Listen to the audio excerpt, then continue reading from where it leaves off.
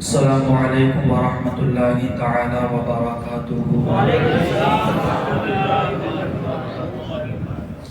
الحمدللہ الحمدللہ وکفا والصلاة والسلام علی محمد المصطفیٰ وعلی آلہ واصحابہ الذین سعیدوا فی معارج الحق والہدی وخلفاء ساداتنا ابی بکر الصدیق الاکبر وعمر الفاروق الأعظم وعثمان ذي النورين وأسد الله الغالب علي المرتضى وابنه الإمام حسن المجتبى وسبط الإمام حسين شهيد دافع الكرب والبلاء وأمهما سيدة النساء فاطمة الزهراء وابنه عبد القادر سيدنا غوث الورى وسراج أمته أبي حنيفة امام ائمة الہدی و امام اہل سنته مجدد الاعظم لدینه و شریعته سیدنا احمد رضا۔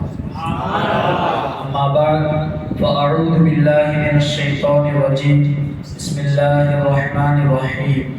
اليوم اکملت لکم دینکم واتممت علیکم نعمتی ورضیت لکم الاسلام دینا۔ صدق اللہ العظیم۔ عزیزان ملت اسلامیہ، جو آیت کریمہ پڑھی گئی اور کچھ دیر آپ کے سامنے کچھ بیان کرنے سے قبل آئیے نہایت ہی عقیدت و احترام کے ساتھ اپنی اور ساری کائنات کے مرکز عقیدت حضور احمد مجتبی محمد مصطفیٰ ارواحنا فدا تاجدار مدینہ راحت قلب و سینہ فیض گنجینہ عرش بن گیا جن کا سینہ صاحب معطر پسینہ، وہ آقا کہ جن کے بارے میں امام اہل سنت اعلیٰ حضرت عظیم البرکت مجدد دین و ملت کنز الکرامت جبل الاستقامت معجزۃ من معجزات رسول اللہ آیۃ من آیات اللہ امام احمد رضا خاں فاضل بریلی نے کیا ہی خوب کہا، اور کہا تو عشق میں ڈوب کر کہا، اور کیا ارشاد فرمایا کہ مصطفیٰ جانے رحمت پہ لاکھوں سلام، شمع بزم ہدایت پہ لاکھوں سلام۔ اور حضور اعلیٰ حضرت نے ان آقا کی بارگاہ میں جب پیشانی کی بات کی تو اعلیٰ حضرت نے کہا جس کے ماتھے شفاعت کا صحرا رہا اس جبین سعادت پہ لاکھوں سلام۔ امام احمد رضا اس آقا کی بھویں مبارک کی بات کریں تو یوں کہیں جس کے سجدے کو محراب کعبہ جھکی ان بھووں کی لطافت پہ لاکھوں سلام۔ جن کی نگاہوں کی بات کرے امام تو یوں کہے جس طرف اٹھ گئی دم میں دم آ گیا اس نگاہ عنایت پہ لاکھوں سلام۔ جس آقا کے کانوں کی بات کرے تو میرے اعلیٰ حضرت یوں کہے دور و نزدیک کے سننے والے وہ کانے لالے کرامت پہ لاکھوں سلام۔ میرے آقا کے لبوں کی بات امام احمد رضا کرے تو یوں کہے پتلی پتلی گلے قدس کی پٹیاں ان لبوں کی نزاکت پہ لاکھوں سلام۔ امام احمد رضا اس آقا کی زبان کی بات کرے تو یوں کہے وہ زبان جس کو سب ان کی کنجی کہے اس کی نافذ حکومت پہ لاکھوں سلام۔ جن کے ہاتھوں کی بات کرے تو یوں کہے ہاتھ جس سمت اٹھا غنی کر دیا موجے لہر سماحت پہ لاکھوں سلام۔ اس آقا کے مقام کی بات کرے تو یوں کہے سب سے اولا و اعلیٰ ہمارا نبی، سب سے بالا و والا ہمارا نبی، اپنے مولا کا پیارا ہمارا نبی، دونوں عالم کا دولہ ہمارا نبی، خلق سے اولیاء، اولیاء سے رسول اور رسولوں سے اعلیٰ ہمارا نبی، اور غمزدوں کو رضا نزلہ دیجئے کہ ہے غمزدوں کا سہارا ہمارا نبی۔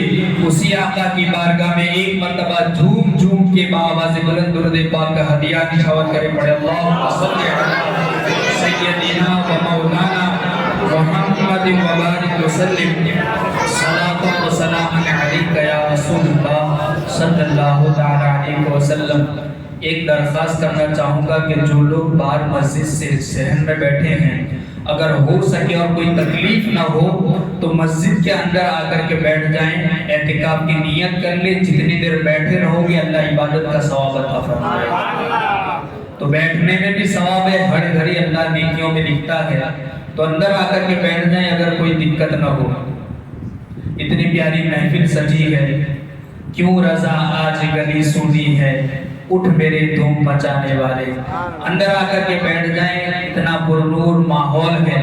اور ہم سے پہلے مولانا عمران صاحب نے کیا ہی پرجوش انداز میں ہمیں امام اہل سنت کے عشق کے جام پلائے ہیں، قسم خدا کی ہمیں عشق نبی اعلیٰ حضرت نے سکھایا ہے۔ اور اعلیٰ حضرت عظیم البرکت کی جب ہم بات کرتے ہیں تو ہر سنی کا چہرہ کھل اٹھتا ہے، کیونکہ امام احمد رضا سنیت کی پہچان ہے۔ امام احمد رضا نہ صرف اس دور میں سنیت کی پہچان، بلکہ حرم کے علماء بھی اس وقت کہتے تھے کہ جب ہندوستان سے کوئی آنے والا آتا ہم اس سے پوچھتے تھے حل تعریف امام احمد رضا، کیا تم امام احمد رضا کو جانتے ہو؟ حل تعریف تالیفات امام احمد رضا، کیا تم امام احمد رضا کی لکھی ہوئی کتابوں کے بارے میں جانتے ہو؟ جب اس کا چہرہ مرجھا جاتا تو ہم سمجھ جاتے کہ بغضہ علامت اہل البدع، کہ یہ بدعتی شخص ہے۔ اور جب امام احمد رضا کا نام سن کر اس کا چہرہ کھل اٹھتا تو ہم سمجھ جاتے حبہ علامت اہل سنت والجماعت، اہل سنت و جماعت ہونے کی علامت ہے۔ تو اس دور میں بھی امام احمد رضا سنیت کی پہچان تھی، اور اس دور میں بھی امام احمد رضا سنیت کی پہچان ہے۔ مسلک امام احمد رضا کوئی نیا مسلک نہیں ہے، یا کوئی 600 یا 800 سال پرانا یا نیا گڑھا ہوا مذہب نہیں ہے۔ اگر آپ دیکھیں یہ وہی مسلک ہے جو مسلک صحابہ تھا، یہ وہی مسلک ہے جو تابعین کا مسلک تھا، جو تبع تابعین اور بزرگان دین سے پھر امام احمد رضا تک پہنچا۔ مگر اس مسلک کو ہم مسلک امام احمد رضا اس لیے کہتے ہیں کہ اس مسلک کو جب حضور سید عالم نے کہا تھا کہ میری امت میں 73 فرقے ہوں گے، ایک فرقہ کا جنتی ہوگا، اور وہ کون ہوگا؟ ما انا علیہ و اصحابی، جو میرے اور میرے صحابہ کے طریقے پر ہوگا۔ تو وہ فرقہ کون؟ اہل السنت والجماعت، وہ اہل سنت و جماعت والا فرقہ ہوگا۔ مگر آج کچھ لوگوں نے اس پیاری باتوں کو سن کر اپنے آپ کو بھی اہل سنت و جماعت لکھنا شروع کر دیا ہے۔ تو اس لیے تاکہ وہ بھی اہل سنت و جماعت لکھتے ہیں، ہم بھی اپنے آپ کو اہل سنت و جماعت کہتے ہیں، مگر ان لوگوں سے اپنی الگ پہچان کے لیے ہم نے اس جماعت کا نام مسلک امام احمد رضا رکھ دیا ہے۔ مسلک اعلیٰ حضرت یہ کوئی نیا مسلک نہیں ہے، بلکہ یہ وہی مسلک ہے جو صحابہ کا تھا، لیکن نام بدل دیا گیا۔ اگر کسی چیز کا نام بدل جائے تو چیز تو نہیں بدلتی۔ کوئی شخص ہے جو اس موبائل کو فون کہتا ہے، کوئی موبائل کہتا ہے، کوئی نہ جانے کچھ اور کہتا ہے۔ ہر چیز کا نام اگر کوئی اور کچھ اور رکھ دے، چیز تو نہیں بدل جاتی۔ ایک انسان ہے، آئینے کو مرر کہتا ہے، شیشہ کہتا ہے، آئینہ کہتا ہے، نام جدا جدا ہونے سے چیز نہیں بدل جاتی۔ مسلک وہی ہے جو صحابہ کا تھا، آج نام مسلک اعلیٰ حضرت ہو گیا ہے۔ تو یہ مسلک اعلیٰ حضرت کوئی نیا مسلک نہیں ہے، اور بریلویت یہ بھی کوئی نئی چیز نہیں ہے، بلکہ بریلوی ہونا تو ہمارے لیے فخر کی بات ہے۔ میرے پیر و مرشد حضور سیدی شیخ الاسلام والمسلم علامہ سید محمد مدنی اشرفی الجیلانی وہ کہتے ہیں کہ میں مسلکن حنفی ہوں، نسبتاً اشرفی ہوں، مگر اپنے آپ کو بریلوی کہنے میں فخر محسوس کرتا ہوں۔ تو ہمیں بھی فخر ہے اپنے بریلوی ہونے پر کہ یہ بریلویت ہماری پہچان ہے۔ عزیزان ملت اسلامیہ، امام احمد رضا خان فاضل بریلوی، آپ دیکھیں انہوں نے جو دین و سنیت کی خدمت کی ہے، ان کی خدمت کی طرح امام اہل سنت جیسا عاشق رسول نہ آپ ان کے بعد دکھا سکتے ہیں نہ ان سے پہلے دکھا سکتے ہیں۔ امام اہل سنت نے جو لکھا ایسا لکھا ہوا نہ آپ ان سے پہلے دکھا سکتے ہیں نہ ان کے بعد لکھا سکتے ہیں۔ عزیزان ملت اسلامیہ، اعلیٰ حضرت نے جو لکھا وہ لکھا حرف آخر کی طرح لکھ دیا۔ جس موضوع پر قلم اٹھایا اس موضوع کا حق ادا فرما دیا گیا۔ اعلیٰ حضرت وہ کہتے ہیں نا، جس سمت آ گئے ہو سکے بٹھا دیے گئے۔ اعلیٰ حضرت نے علم غیب پر لکھا تو ایسا ثبوت علم غیب قائم کر دیا، الدولۃ المکیہ بالمادۃ الغیبیہ جیسا ایک ثبوت علم غیب پر پہاڑ قائم کر دیا ہے، جس کا جواب رہتی دنیا تک نہ دیوبندیت دے سکتی ہے، نہ رافضیت، نہ نیچریت، نہ قادیانیت۔ اعلیٰ حضرت نے جو لکھا ہے وہ حرف آخر لکھ دیا ہے۔ عزیزان ملت اسلامیہ، اعلیٰ حضرت نے بڑی دین کی خدمت کی ہے۔ دین و شریعت کے پیغام کو عام کرنے کے جو طریقے ہیں وہ بہت سارے طریقے ہیں، مگر ان طریقوں میں 3 طریقے بڑے مشہور ہیں۔ جن 3 طریقوں میں سے کسی ایک طریقے پر علماء کرام، بزرگان دین و مشائخین عظام نے ان 3 طریقوں میں سے کسی ایک طریقے پر عمل کر کے اللہ و رسول کا پیغام اللہ کے بندوں تک پہنچایا ہے۔ اور وہ 3 طریقے کون سے ہیں؟ ان میں ایک طریقہ ہے تقریر کا، کہ تقریر کے ذریعے اللہ و رسول کا پیغام، دین و شریعت کا پیغام اللہ کے بندوں تک پہنچا دینا، یعنی کہ بول کر کے بندہ اللہ کے بندوں تک اللہ کا پیغام پہنچا دے، اسے تقریر کہا جاتا ہے۔ دوسرا طریقہ جو اس سے بھی زیادہ ڈیفیکلٹ اور افضل ہے وہ کون سا ہے؟ وہ ہے تدریس کا۔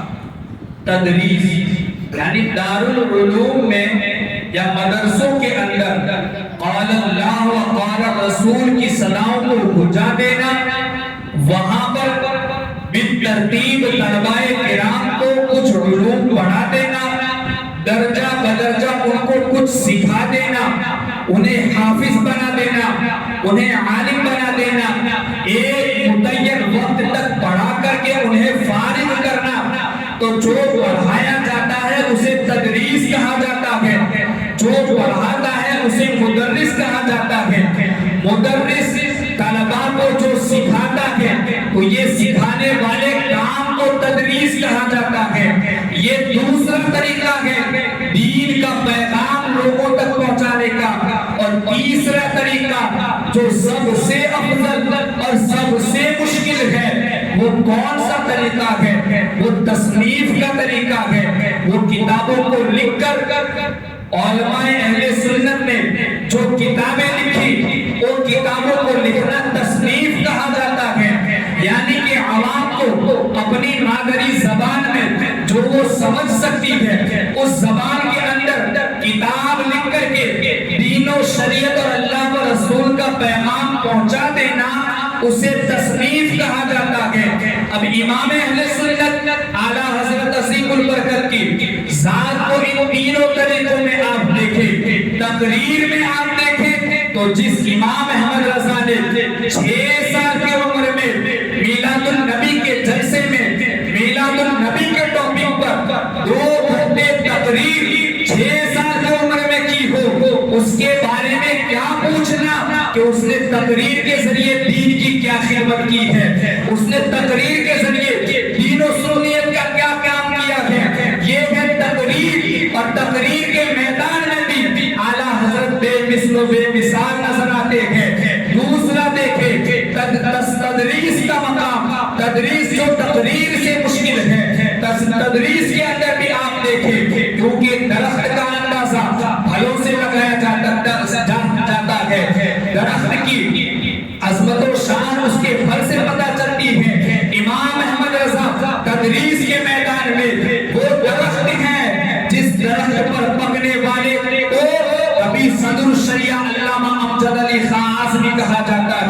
اسی تدریس اور اسی تدریس کے درخت پر پکنے والی ذات کو کبھی دنیا سنیت محدث اعظم ہند کی ذات سے جانتی ہے. اسی تدریس کے درخت پر پکنے والے لوگوں میں کوئی شیر بشیر اہل سنت جیسی شخصیت موجود ہے تو کہیں ظفر الدین بہاری جیسی شخصیتیں موجود ہیں.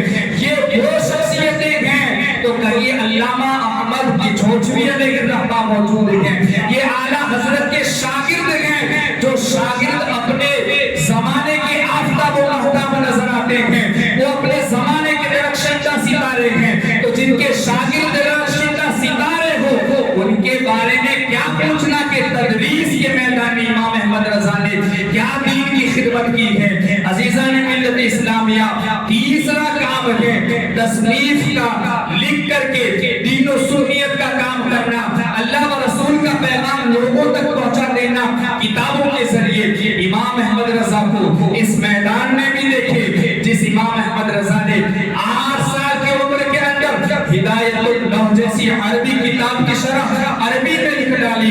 13 سال 10 ماہ 5 دن کی عمر میں جنہوں نے رضاعت کے مسئلے پر سب سے پہلے قلم اٹھا کر کے رضاعت کا فتویٰ دیا تھا. اور یہ رضاعت یہ کون سا ٹاپک ہے؟ علم فقہ میں سب سے مشکل مانا جاتا ہے. میں آپ کو بتاتا چلوں رضاعت کسے کہتے ہیں. یعنی کہ 2.5 سال کے اندر کسی بچے کی عمر اگر 2.5 سال کے اندر ہے، ایسے بچے کو اگر کسی عورت نے دودھ پلایا ہے اپنے پستان سے تو وہ بچہ اس کے حقیقی بیٹوں کی طرح ہے اور وہ عورت اس بچے کے حقیقی ماں کی طرح ہے. اب اس عورت کے بچے اور بچیوں کی طرح کے ساتھ نہ اس بچے کا رشتہ ہو سکتا ہے نہ نکاح ہو سکتا ہے. کیونکہ دودھ پلانے کی وجہ سے حرمت رضاعت ثابت ہو گئی. اس عورت کے بچے اور بچیاں اس بچے کے لیے اب سگے بھائی بہن کی طرح ہے. یہ وہ رضاعت کا مسئلہ ہے جو بڑا کٹھن مانا جاتا ہے. آج ہمارے معاشرے کے اندر بھی ہماری عورتیں اس میں غور نہیں کرتی کہ یہ بڑا مشکل کام ہے کہ آج ہم کسی عورت نے اگر اپنے بہن کے بچے کو دودھ پلا دیا مگر دودھ پلانے کے بعد وہ یاد نہیں رکھتی. جب بچے بڑے ہوتے ہیں تو ایک بہن کا بیٹا جس کو اس نے دودھ پلایا تھا اور اس کی لڑکی جو دودھ پلانے کی وجہ سے اب حقیقی بھائی بہن ہیں مگر بڑے ہو کر ان کا رشتہ ہو رہا ہے. یہ بڑا کٹھن معاملہ ہے، اس کو سمجھنا ہوگا. یہ رضاعت کا مسئلہ ہے. دودھ پلانے کی وجہ سے اب اس بچے کے سگے بھائی بہن کی طرح یہ لوگ ہو گئے. اب اس کا رشتہ ان کے ساتھ نہیں ہو سکتا. اگر کر دیا گیا تو پھر پوری زندگی زنا کاری میں مبتلا ہوگے. جو کچھ ہوگا وہ زنا ہوگا، حرام کاری ہوگی. اس لیے مسلمانوں اس ٹاپک پر ذرا ہمیں سمجھنے کی ضرورت ہے. یہ مسئلہ رضاعت کا بڑا کٹھن مانا جاتا ہے.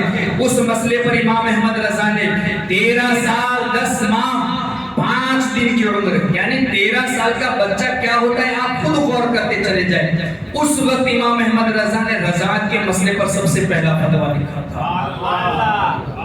اور اس کے بعد 65 سالہ زندگی میں امام احمد رضا نے ایسا لکھا اور اتنا لکھا کہ آپ کی لکھی ہوئی کتابیں تو ہزاروں سے زیادہ ہیں.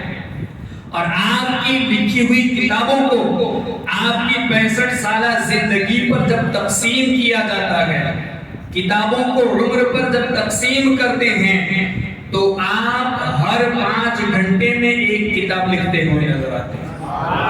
ہر 5 گھنٹے میں امت کو ایک کتاب دیتے ہوئے نظر آتے ہیں. غور تو کریں کتنا وقت آپ نے دین کی خدمت میں لگایا ہوگا. 5 گھنٹے میں ایک کتاب. اور ایسا نہیں، علماء جانتے ہیں اگر کسی کو کوئی مضمون لکھنا ہو تو مضمون ایک ٹاپک پر صرف چند صفحوں کا ایک مضمون لکھنے کے لیے کئی کتابوں کو پڑھنا پڑتا ہے. کتابوں کو پڑھ کر سمجھ کر کے ذہن کے اندر ایک مفہوم تیار کرنا پڑتا ہے، پھر اس کو ترتیب لینا پڑتا ہے، پھر اس جو سمجھے ہوئے کو ایک صفحے کے اوپر اتارنا پڑتا ہے اور لکھ کر کے پھر کسی سے چیک کرانا پڑتا ہے. پھر اس میں بھی کئی غلطیاں، پھر ان غلطیوں کو سدھارنا پڑتا ہے، پھر اس کے بعد چھاپنے کے لیے دیا جاتا ہے. یہ ایک موضوع کے لیے ایک مضمون کے لیے اتنی کٹھنائیاں ہوتی ہیں. امام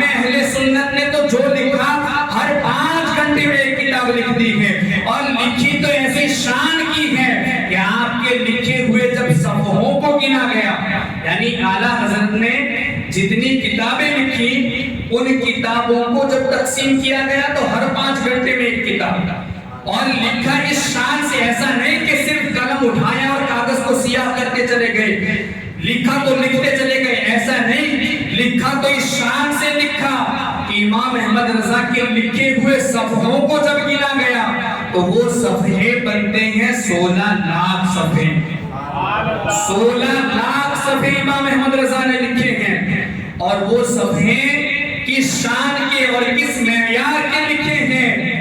پڑھنے والے جانتے ہیں کہ جب لکھنے والوں نے تو بہت سی کتابیں لکھی، لکھنے والوں نے 500-600 صفحوں پر مشتمل کتابیں لکھی، کئی نے 800 صفحے پر لکھی اور اس میں 10 کتابچے بنا دیے گئے، اور کسی نے لکھا ایک ٹاپک پر، دوسری جگہ اسی ٹاپک پر لکھا تو وہی مضمون اٹھا کر کے پورا یہاں رکھ دیا گیا، مگر امام احمد رضا نے ایسا نہیں لکھا، لکھا تو ضرورت کے مطابق لکھا، لکھا تو تقاضے کے مطابق لکھا، اور لکھا تو حرف آخر کی حیثیت سے لکھا ہے۔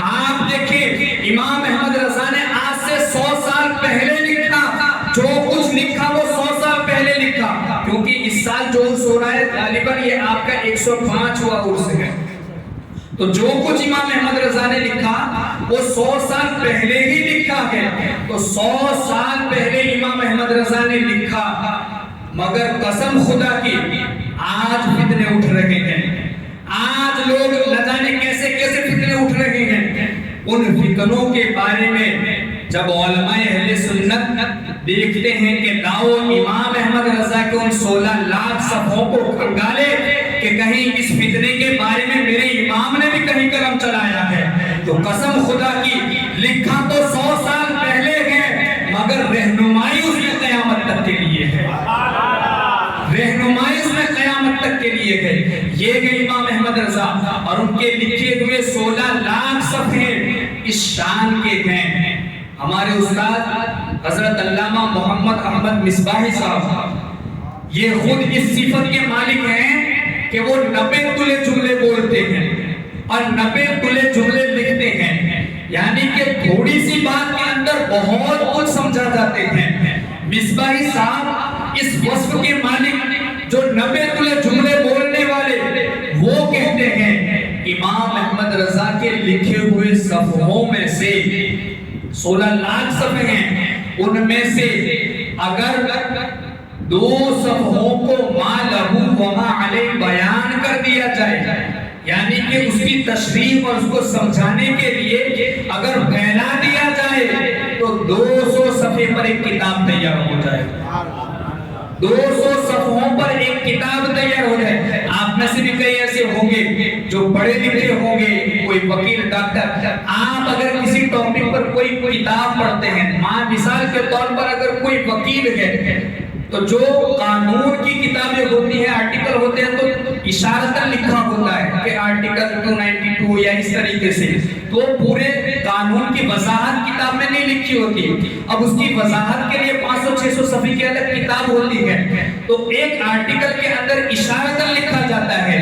امام احمد رضا نے لکھی ہوئی باتوں کو اگر پھیلایا جائے تو ان ایک صفحے کو اگر پھیلایا جائے تو 200 صفحے پر ایک کتاب تیار ہو جائے، اس شان کا لکھا ہے۔ اور مصباحی صاحب تو آگے لکھتے ہیں کہ اعلیٰ حضرت کے لکھے ہوئے 16 لاکھ صفحوں میں 20 صفحے تو اس شان کے ہیں، 20 صفحے اس شان کے ہیں کہ ان 20 صفحوں میں سے کسی ایک صفحے پر ما لہو وما علیہ قلم اٹھایا جائے تو 500-600 صفحے پر مشتمل ایک کتاب تیار ہو جائے، اس کو سمجھانے کے لیے 500-600 صفحے لکھ دیتے ہیں، یعنی ایسا امام احمد رضا نے لکھا۔ آپ امام احمد رضا کی علم شان کو کیا کوئی سمجھ سکتا ہے؟ انہوں نے لکھا ہے تو حرف آخر کی حیثیت سے لکھا ہے۔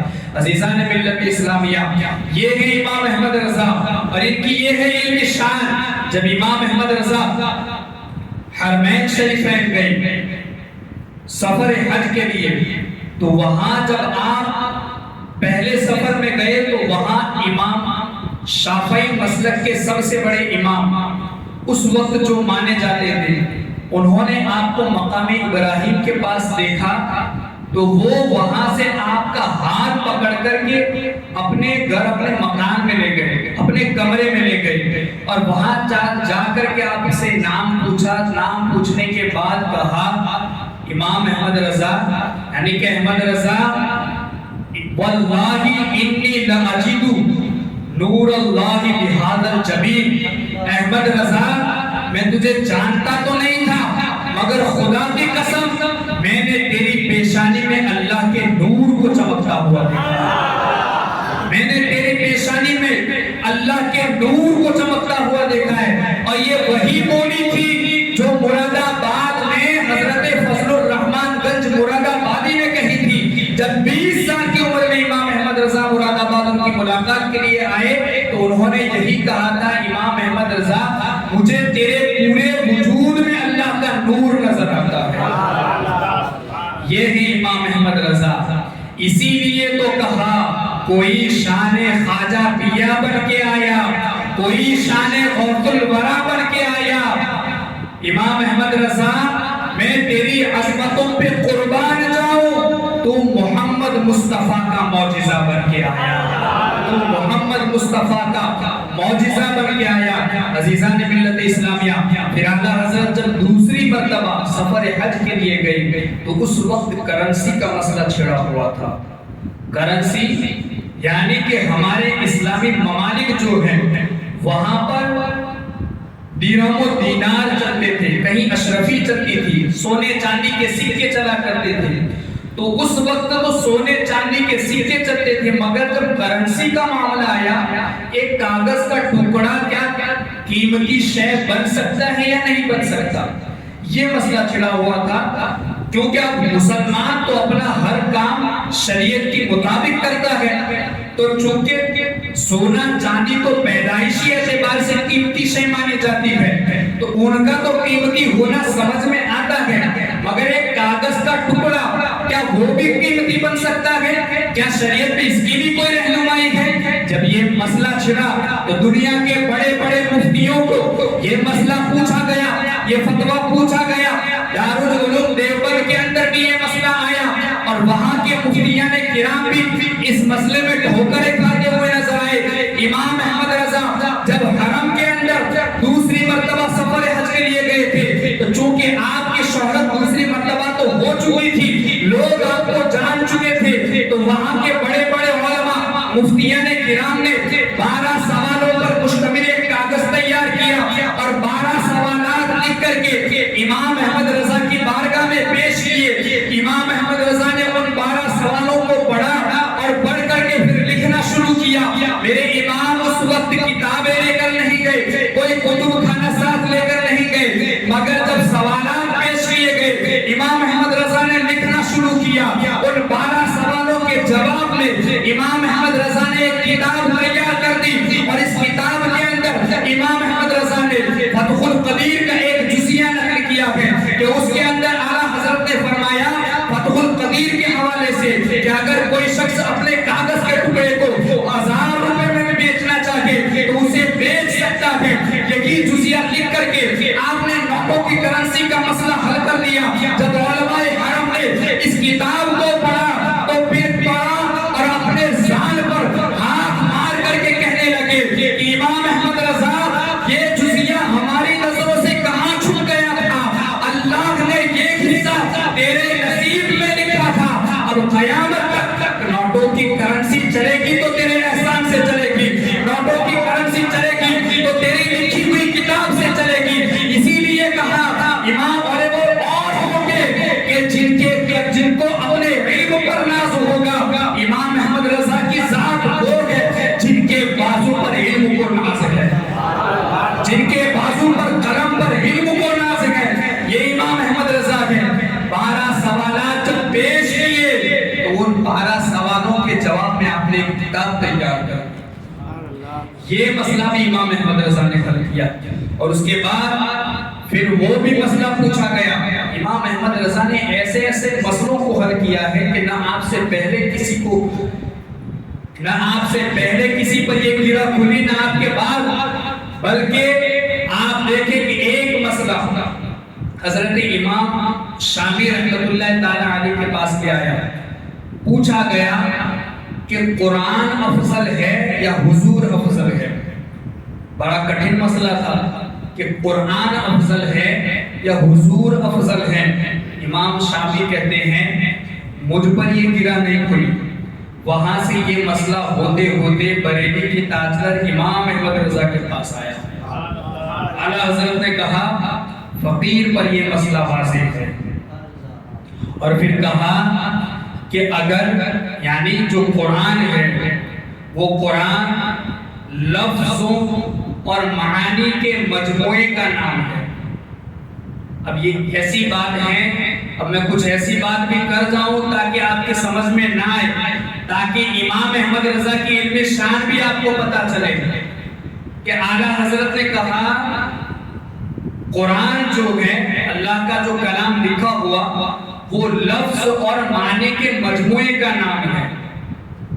اگر لفظوں کو دیکھا جائے یعنی جو لکھے ہوئے لفظوں کالے حروف کو دیکھا جائے تو یہ تو پہلے نہیں تھے، بعد میں لکھے گئے، تو پہلے نہیں تھے بعد میں لکھے گئے، تو یہ لفظ مخلوق ہے اور حضور سید المخلوقین ہے۔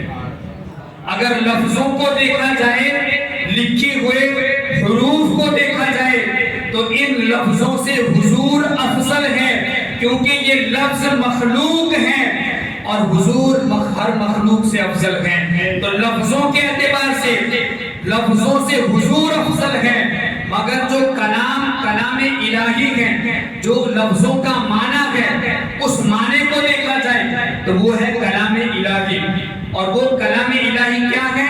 وہ ہے کلام نفسی۔ اور کلام نفسی کس کو کہا جاتا ہے؟ انما الکلام لفی الفؤاد، کہ کلام تو حقیقت میں دل میں ہوتا ہے۔ وَإِنَّ اللِّسَانَ عَلَيْهِ دَلِيلٌ، زبان اس پر دلیل بنتی ہے۔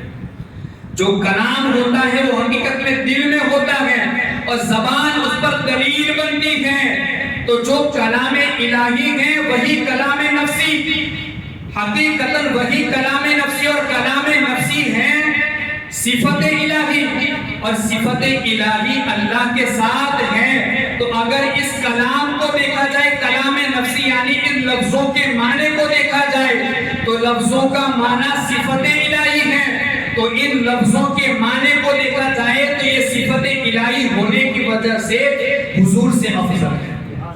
بات سمجھ میں آ رہی ہے؟ اور آسان کر دوں، یعنی کہ اگر لکھے ہوئے کالے حروف کو دیکھا جائے تو ان حروف سے حضور افضل ہیں، مگر ان لکھے ہوئے لفظوں کے معنی کو دیکھا جائے تو وہ معنی حضور سے افضل ہے۔ یہ فتویٰ جب اعلیٰ حضرت کی بارگاہ میں آیا تو اعلیٰ حضرت نے اس کا حل فرمایا۔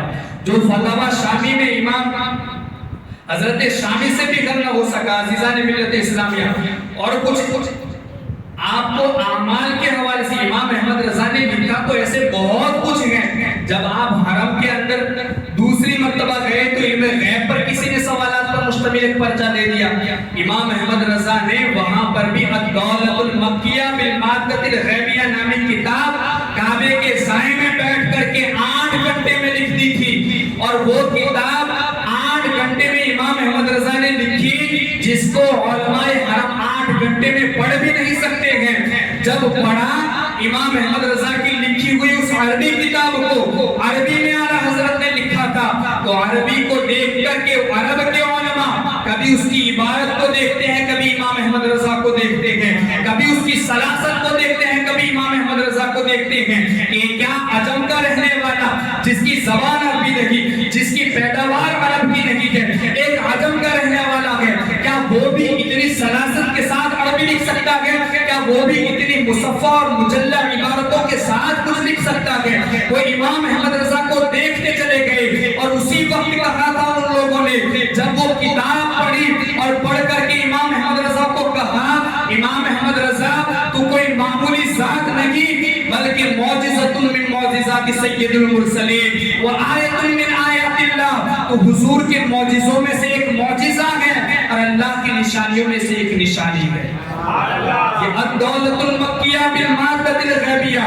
یہ ایک ایسی کتاب اعلیٰ حضرت نے لکھ کر کے تیار کر دی ہے کہ رہتی دنیا تک دیوبندیت علم غیب کے بارے میں اس کا جواب نہیں لا سکتا.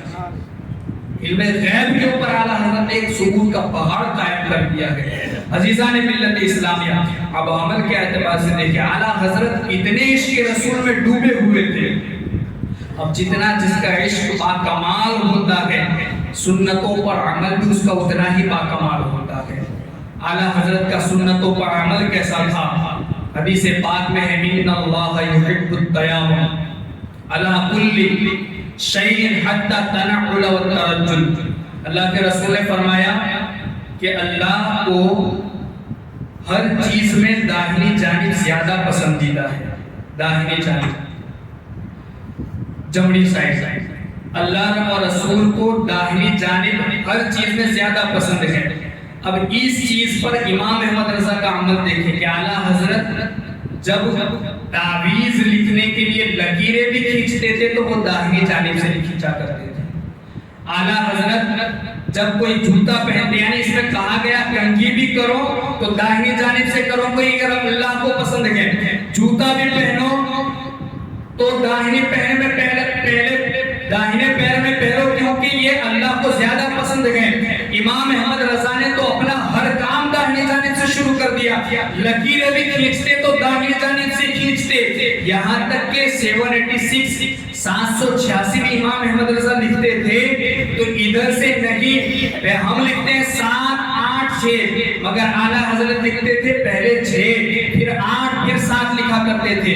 عدد بھی اعلیٰ حضرت داہنی جانب سے لکھتے تھے اور داہنی جانب اتنا پسند تھا کہ ایک مرتبہ حضرت ایوب علیہ الرحمہ حیات اعلیٰ حضرت میں یہ لکھتے ہیں کہ ہم نے دیکھا کہ امام احمد رضا ایسے تو روزانہ جلدی فجر کی نماز میں آ جاتے تھے مگر ایک وقت ایسا آیا ایک دن ایسا ہوا کہ وقت تھوڑا رہ گیا تھا اور اعلیٰ حضرت ابھی آئے نہیں تھے.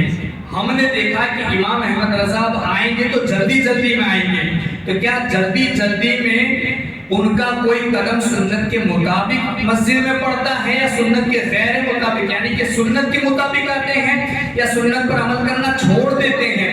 جلدی میں کیا عمل کرتے ہیں وہ دیکھنے کے لیے مسجد کے گیٹ پر حضرت ایوب علیہ الرحمہ اور حضرت قناعت علی شاہ وہ دونوں کھڑے ہو گئے اور امام احمد رضا کے آنے کا انتظار کرنے لگے.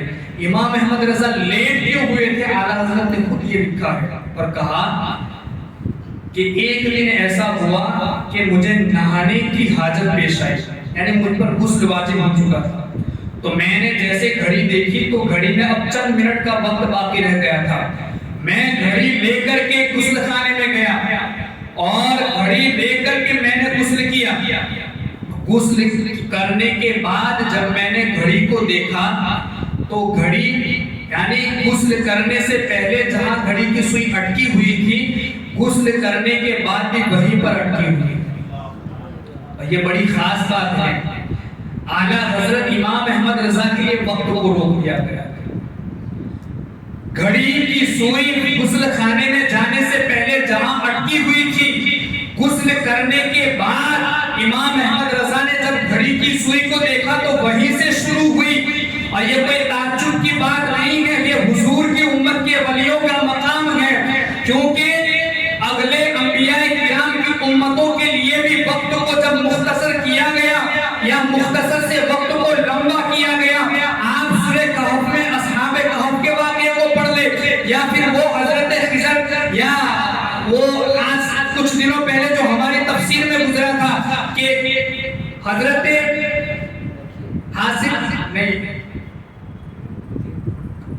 حضرت عزیر علیہ السلام کا واقعہ کہ وہ اپنے گھنے کو لے کر کے جب وہاں گئے تھے اور وہاں رکنے کے بعد جب انہوں نے اجڑی ہوئی بستی کو دیکھا تو وہ اجڑی ہوئی بستی تو 100 سال سے پہلے کی تھی لیکن اسی طریقے سے حضرت عزیر علیہ السلام کو جب مرنے کے بعد اٹھایا گیا اور پھر پوچھا گیا کہ کتنا سوئے انہوں نے کہا میں 1 دن سویا آدھا دن سویا.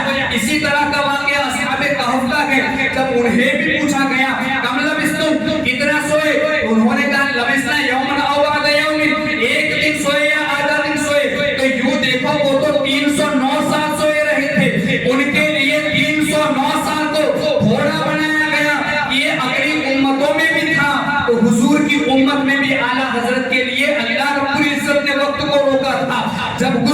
نہانے میں گئے تو وقت جہاں پر رکا ہوا تھا غسل کرنے کے بعد وہیں سے شروع ہوا. جب اعلیٰ حضرت مسجد کی طرف آنے لگے حضرت ایوب علیہ الرحمہ کہتے ہیں ہم نے دیکھا امام احمد رضا تیزی کے ساتھ آ رہے ہیں مگر دیکھا کہ جب مسجد کے گیٹ پر پہنچے تو آپ نے گیٹ کے مسجد کے صدر گیٹ کے اندر پہلا قدم رکھا تو امام احمد رضا نے اپنا پہلا قدم داہنا قدم رکھا. مسجد کی سیڑھی پر امام احمد رضا نے پہلا قدم رکھا تو امام احمد رضا کا پہلا قدم داہنا قدم تھا. یہاں تک کہ مسجد کے توسیعی فرش پر امام احمد رضا کا پہلا قدم داہنا قدم پڑا. مسجد میں داخل ہوئے تو پہلا قدم داہنا قدم تھا. مسجد کی ہر صف پر امام احمد رضا نے پہلا قدم داہنا رکھا. یہاں تک کہ ہر صف پر گزرتے ہوئے جب امام احمد رضا نے مصلی پر قدم رکھا تو مصلی پر بھی امام احمد رضا کا پہلا قدم داہنا قدم تھا. یہ کہ جلدی میں بھی سنتوں پر عمل, یہ کہ داہنی جانب اللہ کو زیادہ پسند ہے تو یہ محبوب کی پسند کو امام احمد رضا کتنا پسند فرماتے تھے. اور میں تو کہتا ہوں حضرت ایوب علیہ الرحمہ کی روح سے ارے امام احمد رضا کا قدم سنت کے عین مخالف کیسے ہوتا, کیونکہ بات تو وہ لکھتی ہے شہزادہ مخدوم اشرف حضرت حضور محدث اعظم ہند علیہ الرحمہ نے. حضور محدث اعظم ہند کہتے ہیں امام احمد رضا غوث پاک کے ہاتھ میں ایسے ہیں جیسے لکھنے والے کے ہاتھ میں قلم ہوتا ہے. لکھنے والے کے ہاتھ میں قلم کی اپنی کوئی مرضی نہیں ہوتی. لکھنے والا جو چاہتا ہے وہ لکھتا ہے. لکھنے والا جہاں چاہتا ہے وہاں لکھتا ہے. لکھنے والا جو لکھتا ہے وہ لکھتا ہے. قلم کی اپنی کوئی مرضی نہیں ہوتی. تو امام احمد رضا کا قدم سنت کے مخالف کیسے ہو سکتا تھا, کیونکہ وہ تو غوث پاک میں ایسے ہیں جیسے لکھنے والے کے ہاتھ میں قلم ہے. اور محدث اعظم ہند نے تو یہاں تک کہا کہ بریلی کے امام احمد رضا غوث پاک کے ہاتھ میں ایسے ہیں جیسے لکھنے والے کے ہاتھ میں قلم, اور غوث پاک حضور کے ہاتھ میں ایسے ہیں جیسے لکھنے والے کے ہاتھ میں قلم. بریلی کے امام احمد رضا نے لکھا تو وہ اپنی مرضی سے نہیں لکھا, جو لکھا وہ غوث پاک کی مرضی سے لکھا, کیونکہ انہوں نے اپنی مرضی غوث پاک کی مرضی میں فنا کر دی تھی. عزیزان ملت اسلامیہ یہ ہے امام احمد رضا. اور آپ کا یقین, بس آخری 2-3 باتیں پیش کر کے میں گفتگو کو ختم کروں گا. آپ کا یقین اللہ و رسول کے فرامین پر کس درجے کا تھا. آپ دیکھیں ایک مرتبہ سفر حج کے لیے ہی آپ جا رہے تھے, دریا کے اندر طوفان آ گیا اور کشتی ہچکوڑے لینے لگی. اتنا بھیانک طوفان تھا کہ ہر کوئی یہ جان چکا تھا کہ اب اس سے بچنا مشکل ہے. سب نے یہ جان لیا کہ اب ہماری ہلاکت قریب ہے. کوئی دعائیں کرنے لگا, استغفار کرنے لگا, کلمہ پڑھنے لگے. مگر دیکھنے والوں نے دیکھا کہ بریلی کا تاجدار ایک طرف بیٹھ کر کے مسکرا رہا ہے. کسی نے آ کر کہا کہ لوگ پریشانی کے عالم میں ہیں, کشتی میں دریا میں طوفان آ گیا ہے, کشتی قریب ڈوبنے کے ہے اور تم مسکرا رہے ہو. انہوں نے کہا کہ کشتی نہیں ڈوبے گی. بولے اتنے یقین کے ساتھ کیسے کہہ سکتے ہو, تمہیں اپنے آپ پر اتنا بھروسہ کیوں ہے. انہوں نے کہا مجھے اپنے آپ پر نہیں, میرے آقا کے فرمان پر بھروسہ ہے, کیونکہ میرے آقا نے فرمایا جو کشتی پر سوار ہونے سے پہلے یہ دعا پڑھ لے گا بسم اللہ مجریہا و مرساہا ان ربی لغفور الرحیم, وہ کشتی کے ڈوبنے سے محفوظ ہو جائے گا. اعلیٰ حضرت کا یقین اس کامل کا تھا. پھر اعلیٰ حضرت نے مدینے کی طرف لو لگا کر کے کہا آنے دو یا ڈبو دو, اب تو تمہاری جانب کشتی تم ہی پہ چھوڑی, لنگر اٹھا دیے گئے. البحر علا والموج طغا من بےکس طوفا ہوش ربا, مجدھار میں ہوں بگڑی ہے ہوا, پوری نیا پار لگا جانا. البحر علا یعنی دریا بلندی پر ہے, والموج طغا اور موجیں طغیانی پر ہے, اور کشتی سمندر کے اندر بھور میں پھنسی ہوئی ہے. مجدھار میں ہوں بگڑی ہے ہوا,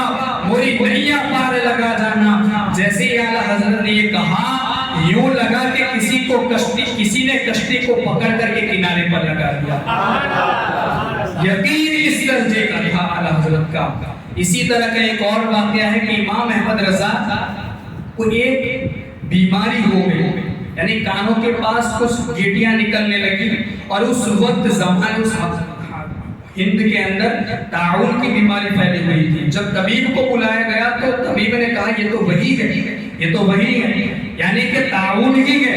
امام احمد رضا چونکہ کہتے ہیں میں بول نہیں سکتا تھا, مگر میرے دل نے کہا کہ مجھے طاعون نہیں ہو سکتا, کیونکہ میں نے کسی طاعون والے کو دیکھ کر وہ دعا پڑھ لی تھی جو میرے آقا نے ارشاد فرمائی ہے کہ جو کسی مصیبت زدہ کو دیکھ کر یہ دعا پڑھ لے گا, اللہم عافانی مما ابتلاک بہ وفضلنی علی کثیر ممن خلق تفضیلا, تو اللہ رب العزت اسے اس مصیبت سے محفوظ فرما لے گا.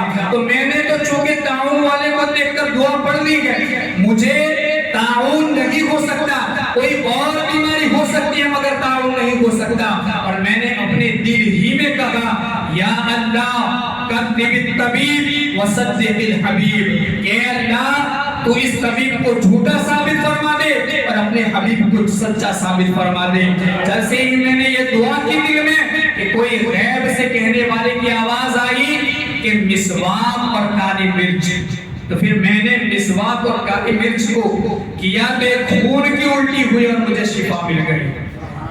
امام احمد رضا کا یقین اس کامل کا تھا, کامل درجے کا تھا.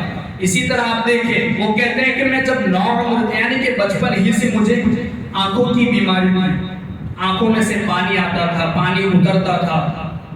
تو میں جب ایک مرتبہ مراد آباد جا رہا تھا تو میں نے راستے میں ایک آشوب چشم میں مبتلا شخص کو دیکھا, تو میں نے یہ دعا پڑھ دی اللہم عافانی مما ابتلاک بہ وفضلنی علی کثیر ممن خلق تفضیلا. چونکہ حضور کا فرمان ہے کہ جو کسی مصیبت زدہ کو دیکھے اور دعا پڑھ دے گا تو اللہ اسے مصیبت سے محفوظ کر دے گا. مگر دعا پڑھنے کے بعد مجھے افسوس ہوا.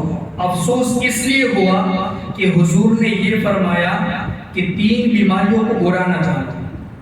وہ 3 بیماری کون سی ہے؟ ایک ہے آشوب چشم, آنکھوں کی بیماری جو ہوتی ہے اس کو برا نہ جانا, کیونکہ یہ ہر بیماری سے تمہیں نجات دیتی ہے. اسی طریقے سے نزلہ, سردی جو زکام ہوتا ہے وہ, نزلے کو بھی برا نہ جانو, یہ تمہارے جسم کی تمام بیماریوں کو نکال دیتی ہے.